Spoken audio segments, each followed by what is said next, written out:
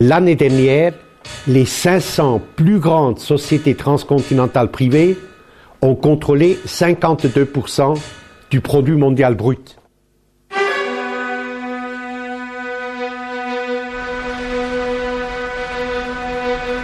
La mondializzazione ha avuto questo effetto di unificare le classi capitalistiche in tutto il mondo. Tutti si rappresentano a Wall Street. Wall Street non è semplicemente il centro del capitale americano, è il centro del capitalismo collettivo mondiale.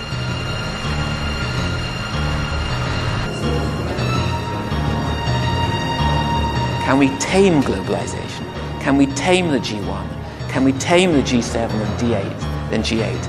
Can we embed governance in new structures of effectiveness and accountability? That is the big question for our century.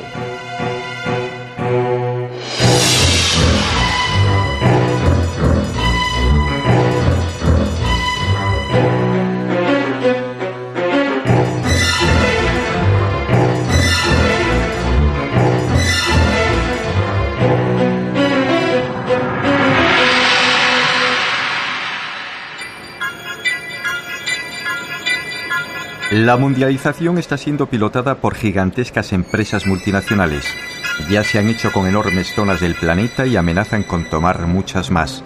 Importantes regiones de todo el mundo están fuera de la jurisdicción de cualquier Estado.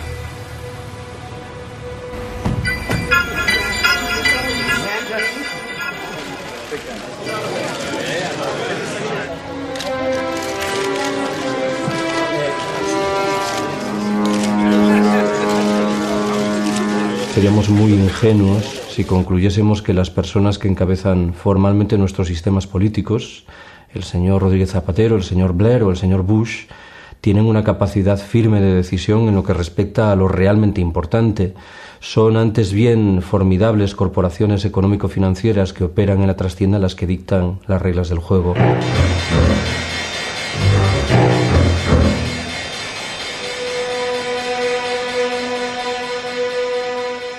Les chefs d'État démocratiquement élus de ces États puissants, le matin, la première chose qu'ils font, c'est regarder les chiffres de la bourse, les indicateurs de la bourse de New York, de Tokyo, de la veille, pour savoir quel est le millimètre d'espace qu'ils ont pour leur politique fiscale, pour leur politique de l'emploi, pour leur politique d'investissement.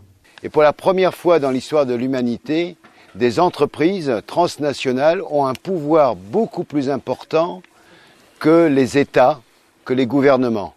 Et la mondialisation, elle est économique et financière et elle a pour but de transformer toute la réalité du monde en marchandises, c'est-à-dire en produits qu'on peut vendre ou qu'on peut acheter. Las grandes fortunas y los intereses de los países más desarrollados ahogaron la posibilidad de un mejor reparto en el mundo. Y desde los fertilizantes hasta el agua, desde los cereales hasta el petróleo, todo cayó en sus manos en el de las megaempresas, muchas de ellas con mayor potencial económico que muchas naciones del planeta. Le chiffre du bilan de ExxonMobil est supérieur au produit intérieur brut de l'Autriche. Le General Motors, le bilan de General Motors est supérieur au produit intérieur brut du Danemark.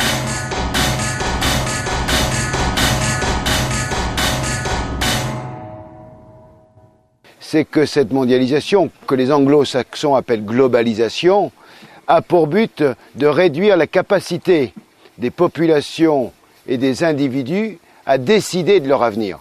Et tout se décide uniquement en fonction des intérêts capitalistes des entreprises. Et si nous ne nous réveillons pas maintenant, eh bien c'est la jungle qui va recouvrir notre continent, la loi du plus fort. Il n'y a aucune raison que les démocraties telles que nous les connaissons, la civilisation républicaine démocratique ou la monarchie constitutionnelle telle que nous le connaissons depuis un peu plus de 200 ans sur ce continent, continue.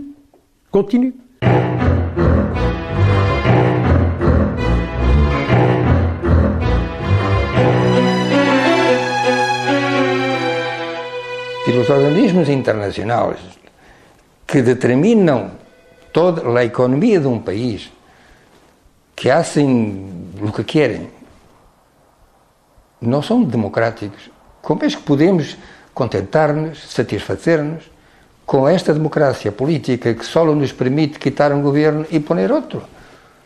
Como é que é isso? ¿Por qué la gente no se da cuenta de esto? ¿Y por qué es que los políticos no tienen la valentía de un día llegar a la televisión y decir, carísimos conciudadanos, venimos a hacer aquí una confesión sincera, es que nosotros no gobernamos. Estamos aquí porque somos los comisarios de los señores que están arriba, que se llaman, que tienen nombres, y ahora aquí una serie de nombres de grandes transnacionales. Indirectamente, claro, que eu não estou dizendo que eles estão ao serviço de todo isso, pero el mundo funciona de esta forma. Los políticos han sido como han sido, entre otras cosas, porque el pueblo se ha conformado, porque ha dicho, bueno, es que quizás que es la única solución. Y poco a poco nos vamos dando cuenta de que la capacidad de participación de los ciudadanos, en lugar de impulsarse, decir, oye, que la democracia, como yo le decía antes, no es que te cuenten, es que te tengan en cuenta, que es muy distinto, ¿verdad? La democracia que hay actualmente en el mundo es que no me la creo, porque es una mentira. Es una mentira. El voto gratis no existe. Es una mentira. Que cuando vamos a votar para nada. Por una razón, que estamos votando para gente que no tiene ningún poder para cambiar las cosas. Después de votar, la mayoría de los pueblos quedan en un estado de indefensión jurídica, legal, frente a la decisión de los gobiernos. Ahora la democracia liberalista, la que existe realmente en el mundo, para votar de verdad hay que pagar. Quiere decir que hay que ser accionista. Si tú eres accionista de una sociedad, estás votando para cambiar el mundo de una manera u otra, porque tú influyes sobre esa sociedad y tú estás cambiando. ¿Quién ha votado para la guerra en Irak? Accionistas de empresas del Texas. Ellos han votado y han decidido que se iba a la guerra. Si la condición para mantenerse en el poder es obedecer, acatar lo que desde arriba llega, entonces yo diré que no vale la pena. Aquí el problema es si efectivamente queremos... Mira, pero quería decir otra cosa. Esa idea de que cada vez que llega una otra persona y que parece que las cosas pueden... Bueno, ocurrió con Clinton, imagino. Ocurrió con Kennedy. Ocurrió incluso con el señor Tony Blair. Que sí, los socialistas sobre todo, encantados con todo esto. Ocurrió con Lula. Está ocurriendo con Chávez. Se imaginou que poderia ocorrer com Kirchner. Se creyó que podia em Chile com Ricardo Lagos. E não quero dizer que cada um deles não haya hecho lo que podia. Pero o problema está aí. Que é o que significa o que se pode? Eu penso, ou nos enfrentamos realmente, aguantando as consequências, ou então todo o que seja compaginar lo que nos gustaría o que nos necesitaría con las imposiciones que llegan desde arriba, eso no se puede.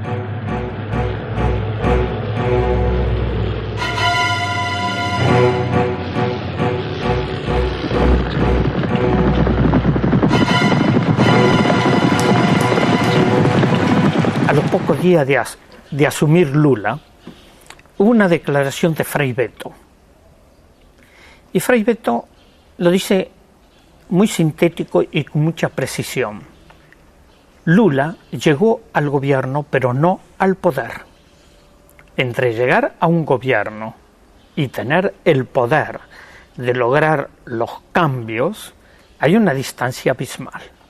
Como então desgarrados da terra, como assim levantados do chão, como embaixo dos pés uma terra, como água escorrendo da mão. Pátria livre! Pátria livre! Lula se comprometeu sobre todo a pagar a deuda. E a partir daí, a partir nesse momento, a Globo, a gran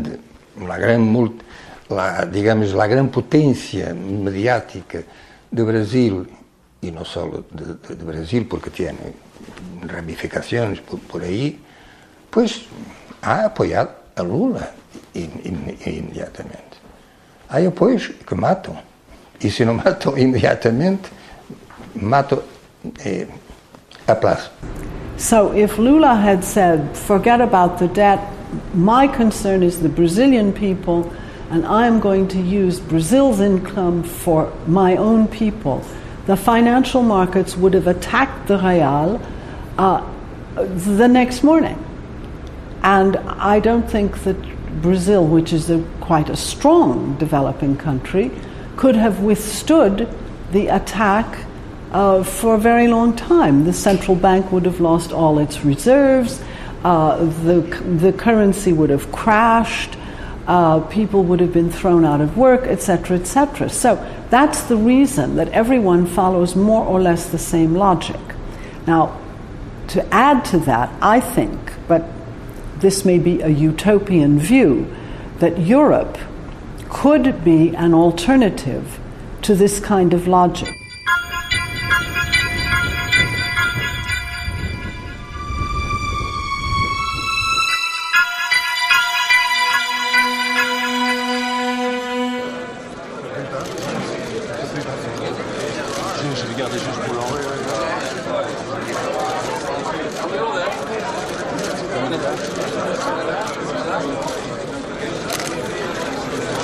And I think if Europeans were serious, they could become a force for pursuing a different kind of globalization. And that is what I try to encourage. But I realize this is a very long shot, as we say. It's not a probable outcome. Europa inventó los modelos políticos más horribles de la historia humana. Inventó la Inquisición, inventó la colonización, el imperialismo, el fascismo, el nazismo, el stalinismo, inventó cosas terribles. Pero al mismo tiempo inventó la democracia, los derechos humanos, el modelo social, la equiparación hombres-mujeres, etcétera, etcétera, etcétera. Los dos lados de Europa. Nosotros, yo considero que estos dos lados, el lado oscuro y el lado claro, desgraciadamente, históricamente, compiten de manera permanente y se encuentran en cada sociedad europea. Se encuentran aquí en España. Hay un lado de este país ligado al lado oscuro y hay otro lado ligado al lado claro. Tenemos que elegir en qué lado queremos estar y abogar para eso. Esta idea lo repito, esta idea de la sociedad, esta idea de lo que los italianos llamaban la civiltà, el hecho de que hay una sociedad en la que la cortesía, en la que la ayuda, en la que la generosidad, en la que el entendimiento, la apertura intelectual existe, es un milagro de Europa y tenemos que defenderlo. Tenemos que defenderlo porque frente a nosotros es otro mundo que se está elevando. Es un mundo bárbaro. Yo soy muy escéptico con respecto al papel de la Unión Europea en el planeta contemporáneo. Creo que tendemos a idealizar lo que la Unión Europea es, y me refiero expresamente a lo que es, no a lo que pudiera ser. ¿Y en qué sentido digo esto? En dos sentidos diferentes. Creo que tenemos que abandonar una vieja distinción que sugiere que hay un modelo de capitalismo europeo caracterizado por su afortunada condición social y diferente del modelo norteamericano, mucho más impregnado por la lógica de la competición más feroz. Estamos obligados a preguntarnos, en otras palabras, qué es lo que ha quedado del presunto modelo de capitalismo social europeo luego de 20 años de políticas neoliberales abrazadas por todos y cada uno de los gobiernos de los Estados miembros de la Unión y plasmadas, por cierto, en el Tratado de Maastricht y en el Tratado Constitucional. ¿Qué es lo más importante del reaccionarismo económico actual? El hecho de que efectivamente solo quieren jugar a favor de corriente y que hoy la corriente está en las grandes empresas. Pero ¿qué hay más contrario al liberalismo político que las grandes empresas?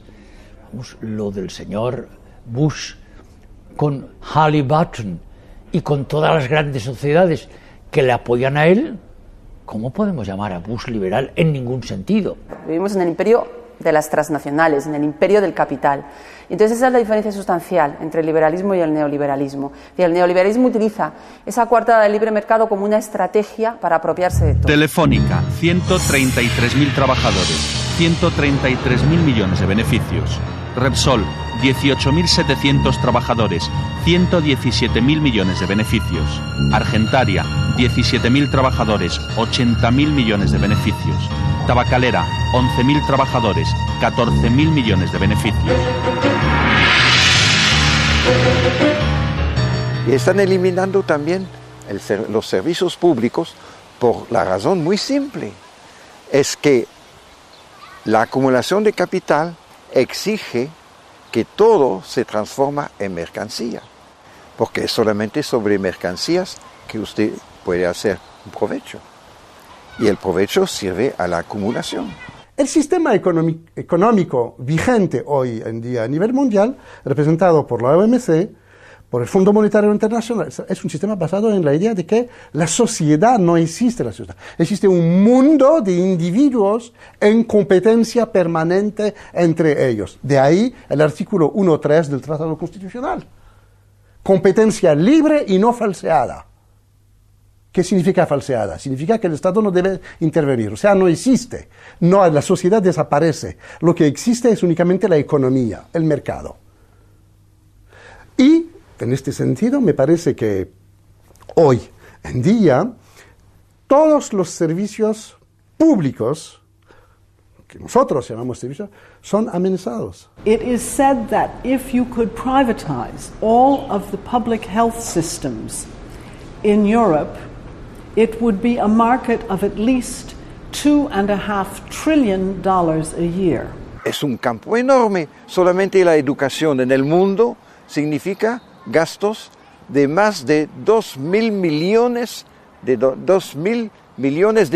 de dólares.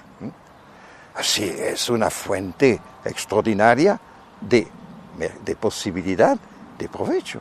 Vous pouvez privatiser le golf ou vous pouvez privatiser, je ne sais pas, moi, la gymnastique, ou mais vous ne pouvez pas privatiser la santé et l'éducation. Et je crois que là, il n'y a pas beaucoup de conflits de civilisation là-dessus. Un espagnol, il pense comme un arabe là-dessus. Tenemos ya 4 cátedras con nombres de multinacionales belgas, porque han pagado por eso. Así, las universidades son más y más escuelas superiores al servicio del mercado. Pero no hay reacción. No hay reacción dentro de los profesores, de los investigadores, muy poco dentro de los estudiantes, por muchas razones. Pero una de las razones es el hecho que se hace por pequeños pasos. Y así se absorba este cambio. Pero un día eso tiene de explotar.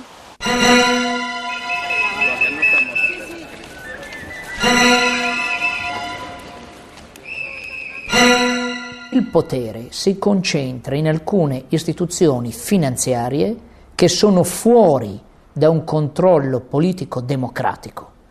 Penso a quella che io definisco la Santa Trinità del male: la Banca Mondiale, il Fondo Monetario Internazionale e l'Organizzazione Mondiale del Comercio. Son instancias al servicio de las grandes empresas transnacionales. Su propósito es abrir las economías y sanearlas para que estas empresas puedan llevar adelante sus operaciones de saqueo. Y no hay nada más. Allí donde hay un programa de ajuste del Fondo Monetario Internacional, lo que sabemos que hay es más miseria. Sí, porque lo que ocurre es que al someterte a las leyes del llamado mercado, que es esta especie de Dios que nos gobierna ahora, que es un señor peor que el Dios del Antiguo Testamento, lo que ya es decir, está enojadísimo siempre el mercado, siempre está furioso, siempre está vengándose, castigando, prohibiendo. Es un Dios de las prohibiciones, de los castigos, de las amenazas. Y entonces, claro, a través de estos organismos tipo Banco Mundial, Fondo Monetario y otros más, pues ejercen una coacción, ¿verdad?, continua sobre países que tienen sus soberanías recortadas por la deuda externa. Que no es deuda, o que es deuda de otros, ¿no? El pueblo, los pueblos no hicieron esa deuda. Y esos pueblos la han pagado con creces. Mientras nuestros gobiernos se dediquen a responder al FMI pagando la deuda externa, no hay democracia, no hay paz posible en ninguno de los pueblos del tercer mundo. Y el primer mundo, sobre todo esos señores banqueros, que son los grandes usureros de la modernidad o de la posmodernidad, el primer mundo y ellos han de entender que así no hay futuro para la humanidad. Y estando en Italia, en Ferrara, Eduardo Galeano contó una breve historia que define claramente lo que está pasando con cada uno de nuestros pueblos. Y quiero compartirla con ustedes. Es casi un cuento. Le preguntaron a Eduardo dónde le encontraba los temas para escribir.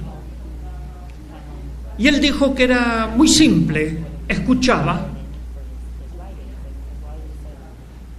lo que dice el pueblo. Y entonces cuenta que fue a un restaurante, se sentó y escuchó hablar al cocinero. Y el cocinero había hecho una asamblea donde estaban presentes las gallinas, los patos, los cerdos, los conejos, los faisanes. Y entonces les preguntó, dice, los he reunido para hacerles una pregunta. ¿Con qué salsa quieren ser cocinados?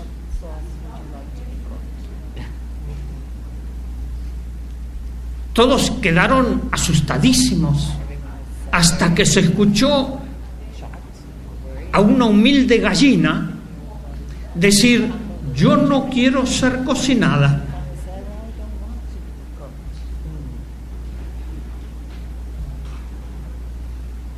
Entonces el cocinero dijo, un momento, está eso fuera de toda discusión. Ustedes lo único que pueden elegir es la salsa con que quieren ser cocinados. Eso no está pasando a nosotros. ¿Qué lección tenemos? ¿Ustedes eligieron la salsa con que quieren ser cocinados? ¿Tenemos esa resignación? ¿O comenzamos a cambiar? Que el mundo fue y será una porquería, ya no sé, en el 506 y en el 2000 también, que siempre ha habido chorros, maquiavelos estafados, contentos, amargados, valores y doblez, pero que el siglo XX es un despliegue de maldad insolente, ya no hay quien lo niegue, vivimos revolcados en un merengue y en un mismo loco. Una delle situazioni drammatiche a cui abbiamo assistito questi anni è stata l'Argentina. Una delle ragioni della grande crisi economica argentina, al di là di questioni interne, la corruzione eccetera, sono stati i piani di aggiustamento strutturale imposti dalle grandi strutture finanziarie internazionali, che hanno obbligato alla privatizzazione di molteplici servizi, che hanno avanzato dei prestiti con degli interessi altissimi, con il risultato finale di aumentare la povertà di una fetta sempre maggiore della popolazione.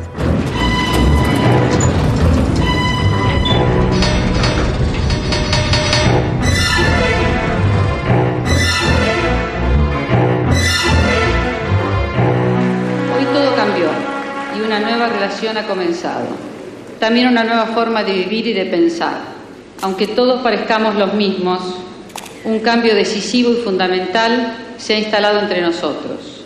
Y es un hecho de justicia histórica que este cambio lo realice un presidente justicialista, cerrando así el ciclo que comenzó hace 40 años. Jamás nadie como Menem había osado llevar la traición como bandera, ni ejecutar con tanto cinismo acciones contra la nación. El travestismo del nuevo jefe va a pulverizar medio siglo de resistencias populares. Impone la ideología de la derrota frente al modelo global. Indulta a los jefes de la dictadura y traiciona a millones de trabajadores que soportaron la represión. Abandona el antiimperialismo popular y la política de no alineamiento de Perón y Evita para establecer relaciones carnales con Estados Unidos. Su programa será el del Banco Mundial y el Fondo Monetario. Lo que sucedió en la Argentina fue la aplicación de políticas que se aplicaron no solamente en la Argentina. Has hablado de globalización. La globalización no ha sido otra cosa que la exportación global de un determinado modelo económico. A caballo de la caída del muro de Berlín y de la expansión dominadora del modelo del gran capital, surgen estos planes. Es la época del consenso de Washington. Todas las políticas de ajuste estructurales, sobre todo en países de Latinoamérica, por ejemplo, facilitaron las privatizaciones masivas y facilitaron el que las empresas transnacionales campasen por el mundo como los nuevos señores feudales. En Argentina, durante el gobierno de Menem, se privatizó todo menos 3 cosas: el perro, el gato y el loro. El resto se privatizó todo. Le hicieron creer a la sociedad que el verdadero demonio era el Estado. Y los ángeles salvadores venían de manos de las privatizaciones y las corporaciones. Carlos Menem remató la operación al vender las empresas públicas a inversores extranjeros. La deuda externa se disparó hasta los 188.000 millones de euros con el gobierno de Fernando de la Rúa. Porque el plan que impone el Fondo Monetario Internacional es un plan decidido a hacer un gran negocio financiero con este asunto de la deuda y asegurar gran rédito a las corporaciones y al sistema bancario. Mira, esto es muy largo de explicar, pero piensa que todo esto cierra que al final los bancos rompen las reglas básicas del sistema capitalista. Los bancos se llevan los depósitos de los ahorristas.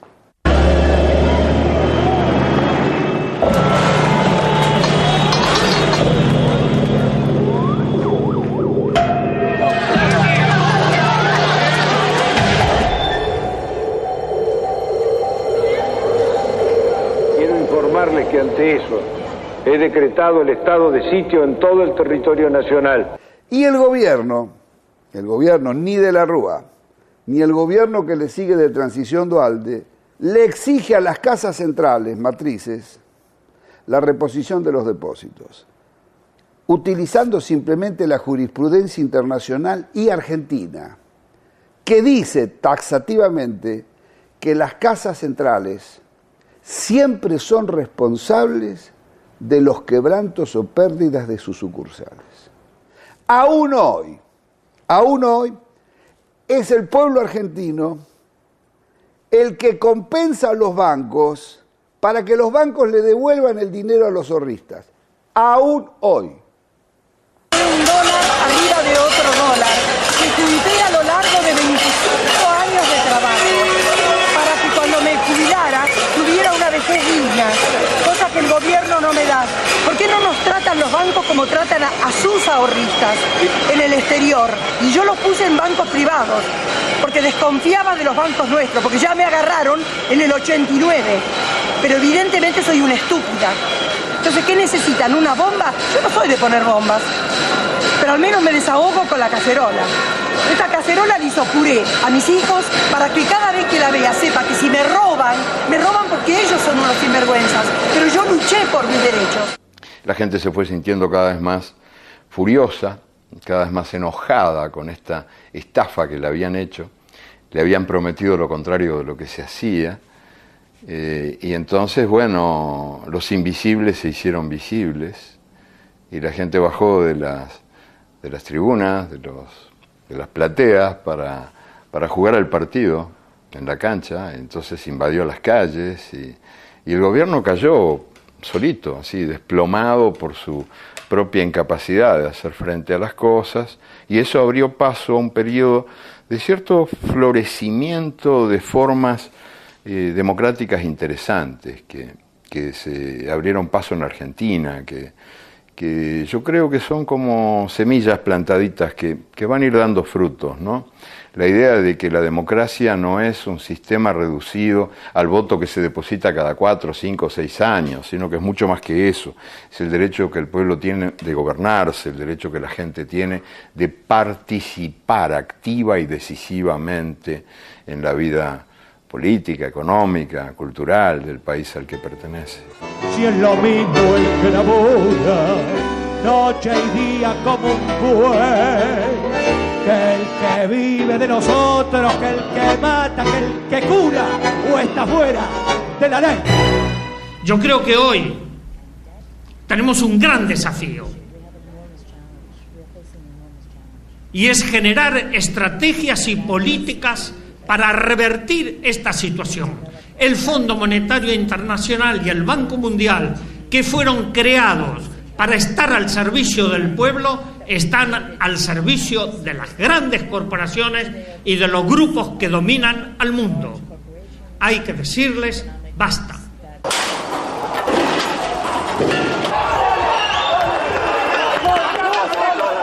Argentina tiene, por la gracia de Dios, 30 millones de hectáreas de tierra cultivable, innumerables y profundos ríos, un ancho mar con millones de toneladas de peces, todos los climas, personas calificadas y trabajadoras, trigo, maíz, ganado bovino y ovino, industria automotriz, electrónica, mecánica y química, petróleo, minería y la lista sigue. Entonces, ¿cuál es el problema? ¿Quién fue el creador de esta bomba? Respuesta: políticos incompetentes, malos administradores, diputados y senadores corruptos, sindicalistas traidores, empresarios ávaros. ¿Y vos? La Argentina, siendo un país riquísimo, porque no somos un país pobre, somos un país empobrecido, tenemos más de 10 millones de personas que viven en situación de pobreza.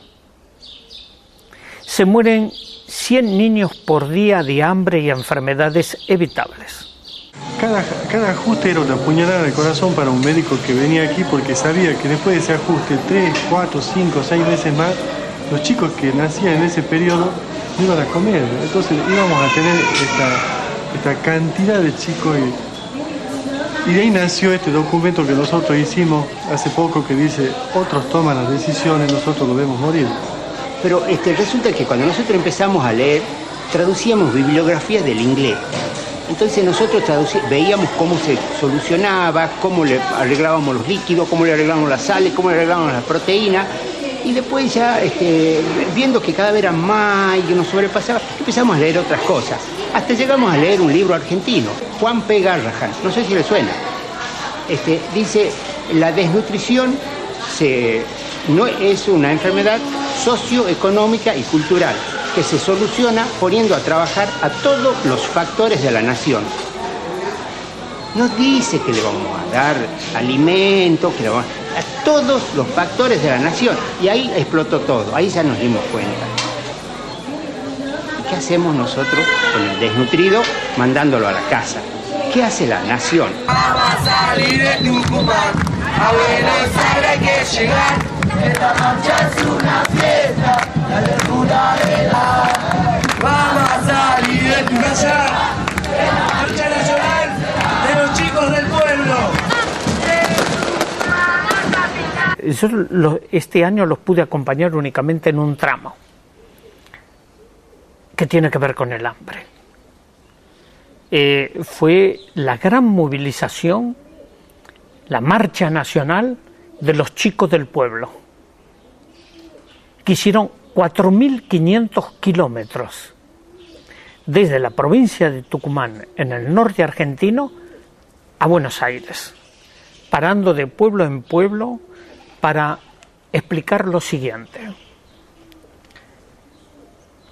El hambre es un crimen.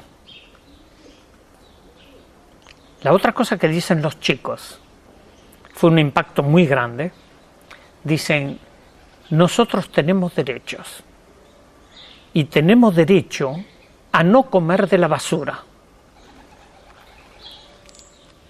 Esto de los chicos del pueblo, que lo digan los mismos chicos, es impactante.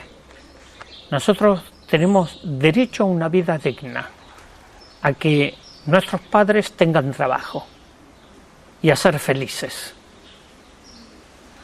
porque no lo somos. Sin embargo, no queremos perder la alegría de la vida. No queremos más muertes por desnutrición, porque no nos gusta que nos cuenten el cuentito de que el país es pobre. Recorrimos las rutas y vimos que nuestro país es rico. Hay que repartir mejor. Esto ya no va más. ¡Basta! Con los chicos no se jode.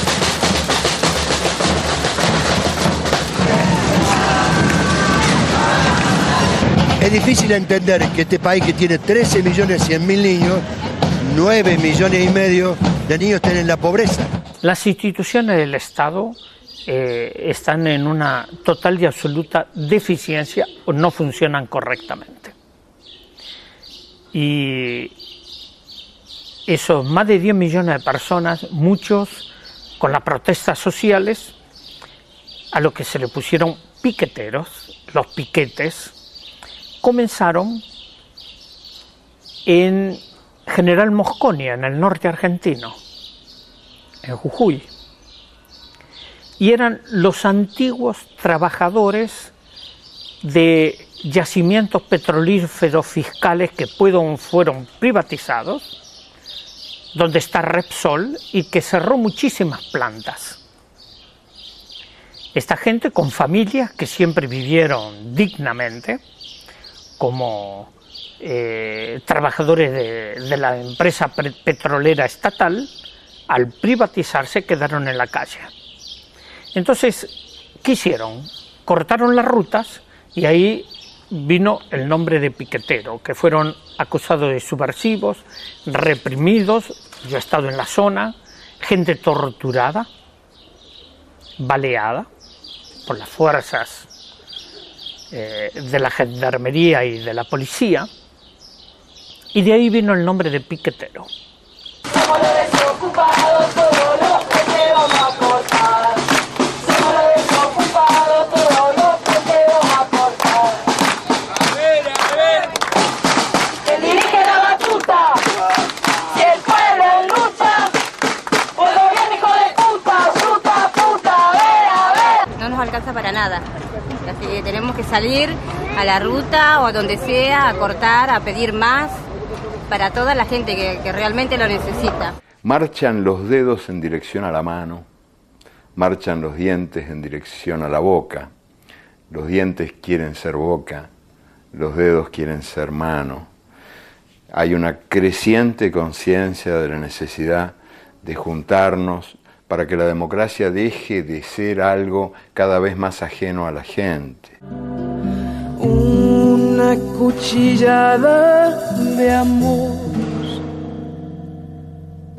luna de los pobres siempre abierta. Yo vengo a ofrecer mi corazón como un documento inalterable. Yo vengo a ofrecer mi corazón.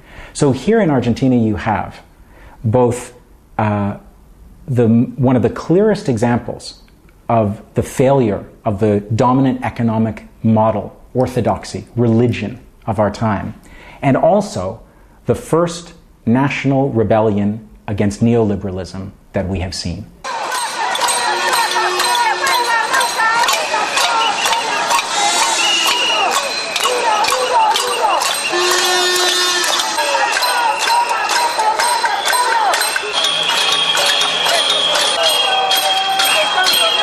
Estamos hartos de todo eso.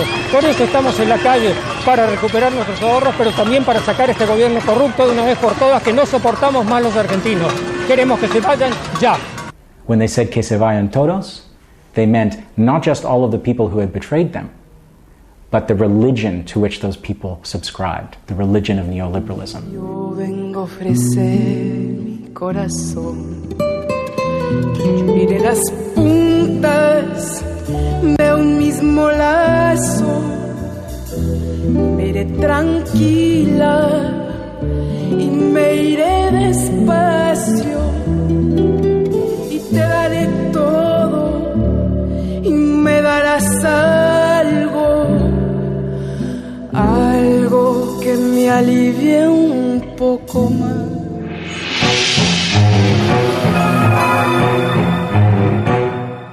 The financial markets now are very large players globally and are capable, through the free movement of capital, which is required by the International Monetary Fund, they can destabilize whole societies and have done so. En 2004, tous les jours ouvrables, si vous prenez tous les jours ouvrables sur toutes les places financières du monde, par jour, à peu près 1000 milliards de dollars ont changé d'identité, monétaire o jurídico. El dato a mí me parece escalofriante. Hoy en día en el planeta se mueven 60 veces más recursos en operaciones de cariz estrictamente especulativo que los que corresponden a operaciones que implican la compraventa efectiva de bienes y de servicios. La especulación, por tanto, lo impregna todo. El segundo dato relevante sugiere que una mecánica central de la globalización en curso es la desaparición de los controles, de las medidas de control y de freno. Y esto, claro, beneficia a los capitales que se mueven en la legalidad, pero lo hace también a aquellos que se desenvuelven en la trastienda. Y lo hace de tal manera que en realidad estamos medio obligados a discutir si tiene sentido seguir hablando de redes del crimen organizado, porque el propio concepto solo tiene sentido si existen reglas del juego de obligado cumplimiento. Quien no satisface las reglas se sitúa al margen y recibe el San Benito correspondiente. Pero si desaparecen las reglas, el propio concepto de crimen organizado parece que pierde sus cimientos. ¿Y cuál es el resultado? El resultado es el desconcierto actual. Es la contradicción entre democracias frágiles, vulnerables, como se quiera, a escala nacional, y una plutocracia, una oligocracia a escala internacional. Y tenemos tráfico de todo, tráfico de armas, tráfico de drogas, tráfico de personas, de capitales, de patentes, de todo. Y tenemos una vergüenza, que esto tendríamos que terminarlo, que es el que existan unos paraísos fiscales.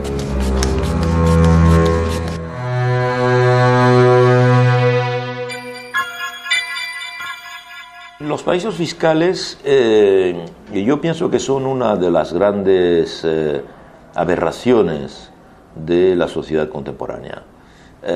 ¿Por qué? Esencialmente porque no tienen ninguna justificación económica más que la de dar cobijo al dinero del crimen, o al dinero de la corrupción, o al dinero del desvío de fondos o del impago de impuestos, etc.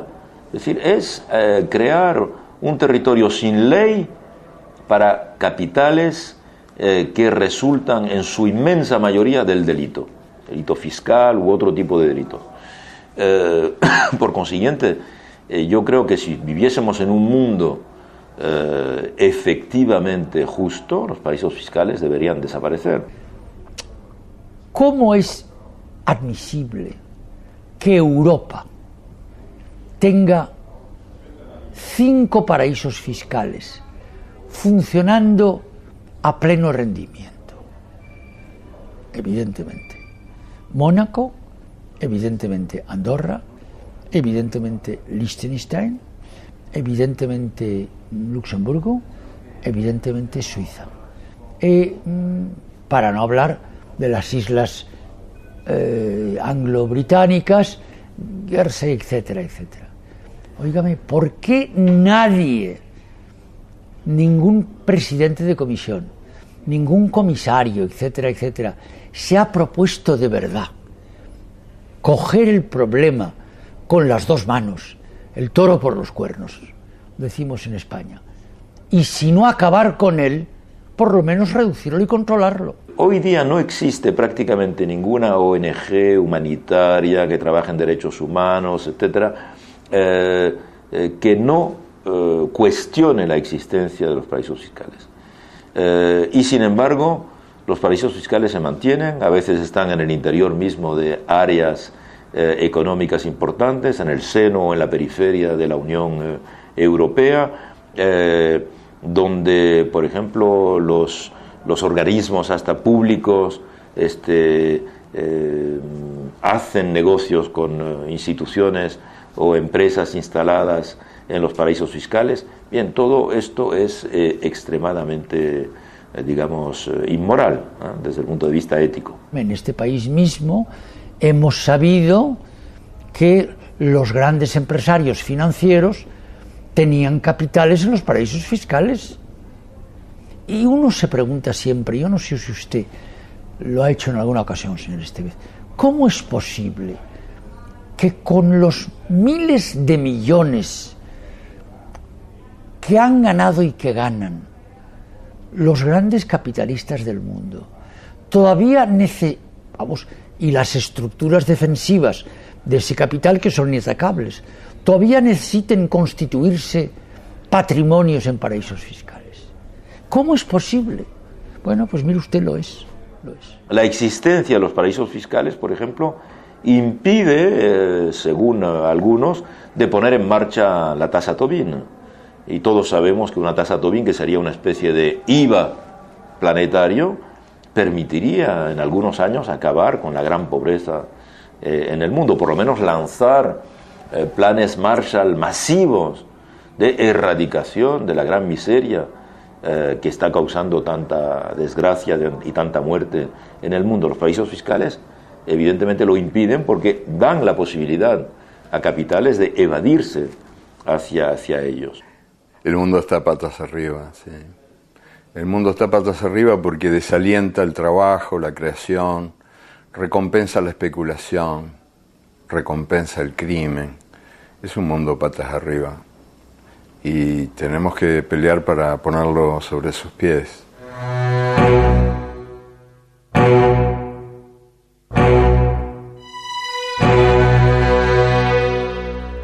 Frente a este capitalismo salvaje que hoy vivimos, yo creo que efectivamente hay que saber decir no. Es decir, que hay que saber decir no, bueno, pues a todas esas promesas también utópicas que desde la ideología neoliberal del mercado se nos dice que todo esto nos va a traer progreso y desarrollo para todos. Bueno, pues hay que saber decir no a esto, hay que saber decir no al pensamiento único, a este mito de que ya no hay ideologías en el mundo, cuando esto se nos dice desde una posición ideológica muy clara. Que es la dominación intelectual, cultural y el control científico, económico y político del mundo. Y lo grave de esto es que con este arrumbamiento de los valores de la izquierda hemos perdido todos los grandes valores éticos del comportamento politico e social. Si parla sempre in democrazia di voce del popolo, ma la voce del popolo oramai è un effetto riflettente della voce dei media. Se uno va a vedere, guarda i media, poi guarda quel che dice la gente, è la stessa roba. Ma qual è la fonte di quella voce? Non è il popolo, è il messaggio televisivo. Central bankers like catching the markets by surprise, and this morning they certainly did so. On today's events with Roy Blumberg at our Wall Street Bureau. Roy, I still believe the market needs some more backing and filling, and yes, the Dow could likely. La majorité des grandes télévisions du monde, les grandes télévisions internationales, sont toutes aux mains d'entreprises transnationales qui essayent de contrôler l'information et la circulation de l'information. Donc il est évident que quand on voit les grandes chaînes internationales, leur volonté, c'est de faire appliquer le modèle et de conforter le modèle et de discréditer de manière évidente toute contestation de ce modèle dominant qu'est la globalisation.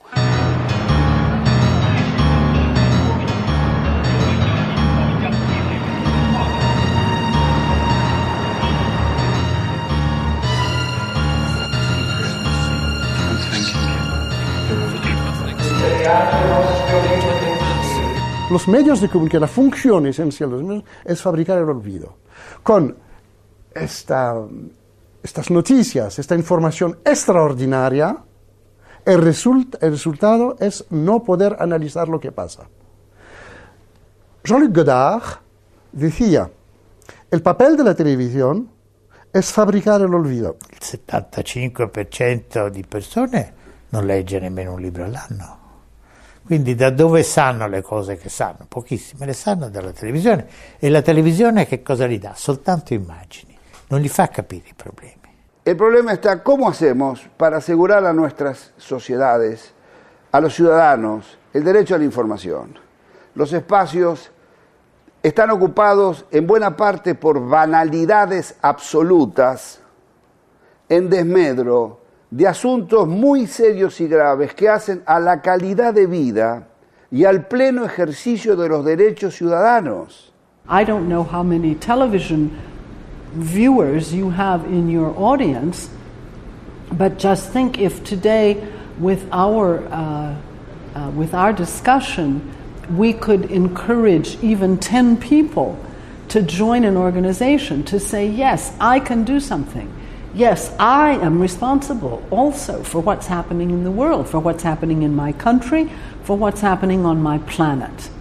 And if we could say that today we've encouraged some people to get out there and do something different from what they were doing and doing it with other people, I'd say we've had a very good day's work. Yo creo que a pesar de todos los pesares, vamos para mejor. Hay más conciencia, hay más ciudadanía, hay más movimiento popular y hay más solidaridad internacional. Y el neoliberalismo no tiene futuro, que además de ser homicida, es suicida y es ecocida, ¿no? La vida tiene la última palabra. Lento pero viene, el futuro se acerca, despacio pero viene, ya casi está llegando con su mejor noticia, con una estrella pobre sin nombre todavía. Lento pero viene, el futuro real, el mismo que inventamos nosotros y el azar, cada vez más nosotros y menos el azar. Lento pero viene, el futuro se acerca, despacio pero viene, lento pero viene, lento pero viene, lento pero viene. Si yo no cambio un poco mis fallas, mis males, ¿cómo cambiar entonces las tierras, los mares? Si no cambio un poquito mis mañas, mis juegos, ¿cómo cambiar en algo los dramas, los fuegos? Si no poquito un cambio, mi duda, mi acaso, ¿cómo cambiar más tarde el beso, el abrazo? Si no cambito un poco mis cauces, mis fuentes, ¿cómo he de cambiar fuera lo mío en la gente?